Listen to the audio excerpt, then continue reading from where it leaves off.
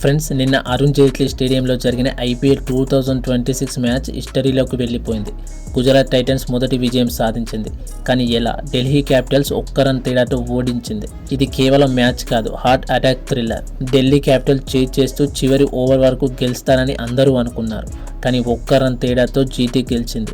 మరి ఈ మ్యాచ్లో ఏం జరిగిందో, కీ మూమెంట్స్ అన్ని డీటెయిల్ ఏం జరిగిందో ఈ వీడియోలో చెప్తాను. లైక్ చేయండి, షేర్ చేయండి, సబ్స్క్రైబ్ చేయండి. ఐపీఎల్ 2026 సీజన్లో భాగంగా గుజరాత్ టైటన్స్, ఢిల్లీ క్యాపిటల్స్ మధ్య జరిగిన పోరు క్రికెట్ చరిత్రలోనే అత్యుత్తమ ఉత్కంఠభరితమైన మ్యాచ్లో ఒకటిగా నిలిచింది. అరుణ్ జైట్లీ స్టేడియంలో జరిగిన ఈ హై స్కోరింగ్ మ్యాచ్లో చివరి బంతి వరకు విజయం ఎవరిని వరిస్తుందో తెలియని పరిస్థితి నెలకొంది. ఫస్ట్ బ్యాటింగ్ చేసిన గుజరాత్ టైటన్స్ టీం 20 ఓవర్స్లో 4 వికెట్లు కోల్పోయి 200 పరుగుల భారీ స్కోర్ను సాధించింది. ముఖ్యంగా వాషింగ్టన్ సుందర్ తన కెరియర్లో అద్భుతమైన ఫామ్ను కనబరుస్తూ ఫస్ట్ హాఫ్ సెంచరీతో జట్టుకు భారీ స్కోర్ని అందించాడు. గిల్ తనదైన స్టైల్లో మెరుపులు మెరిపించారు. 211 పరుగుల క్లిష్టమైన లక్ష్యంతో బరిలో దిగిన ఢిల్లీ క్యాపిటల్స్ జట్టుకు ఆరంభంలోనే నిజంగా వేగంగా పరుగులు రాబట్టి ఆశలు రేకెత్తించాడు. అయితే ఈ మ్యాచ్కి అసలైన ఆకర్షణ కేఎల్ రాహుల్ ఇన్నింగ్సే. బాధ్యతాయుతమైన ఇన్నింగ్స్ ఆడిన కేఎల్ రాహుల్ 52 బంతుల్లోనే 11 ఫోర్లు, 4 సిక్సర్ల సాయంతో 92 రన్స్ చేసి జట్టుకు దాదాపు విజయ తీరాలకు చేర్చారు.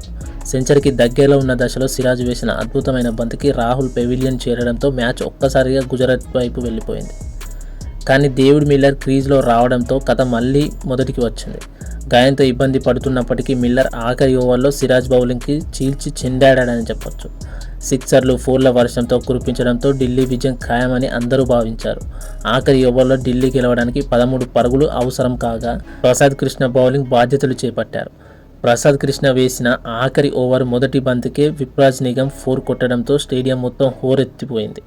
అయితే రెండో బంతికి నిగమ్ అవుట్ కావడంతో ఉత్కంఠభరితంగా సాగింది. ఆ తర్వాత కుల్దీప్ యాదవ్ సింగిల్ తీసి స్ట్రైక్ను మిల్లర్కి ఇచ్చాడు. 4వ బంతిని మిల్లర్ స్టేడియం వెలుపలకు పంపడంతో ఢిల్లీ విజయానికి చివరి 2 బంతుల్లో కేవలం 2 రన్స్ మాత్రమే అవసరమయ్యాయి. ఆ 5వ బంతిని మిల్లర్ వదిలేయడం మ్యాచ్ను మలుపు తిప్పింది. ఆఖరి బంతికి 2 పరుగులు చేయాల్సిన స్థితిలో మిల్లర్ షాట్ను మిస్ చేయగా సింగిల్ తీసే క్రమంలో కుల్దీప్ యాదవ్ రన్అట్ అయ్యాడు.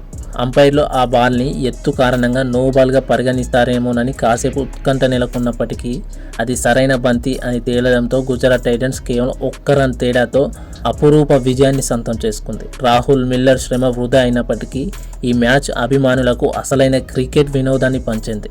మరి ఈ మ్యాచ్ మీకు ఎలా అనిపించిందో ఖచ్చితంగా కామెంట్ చేయండి. అలాగే కేఎల్ రాహుల్ ఇన్నింగ్స్ మీకు ఎలా అనిపించిందో ఖచ్చితంగా కామెంట్ చేయండి.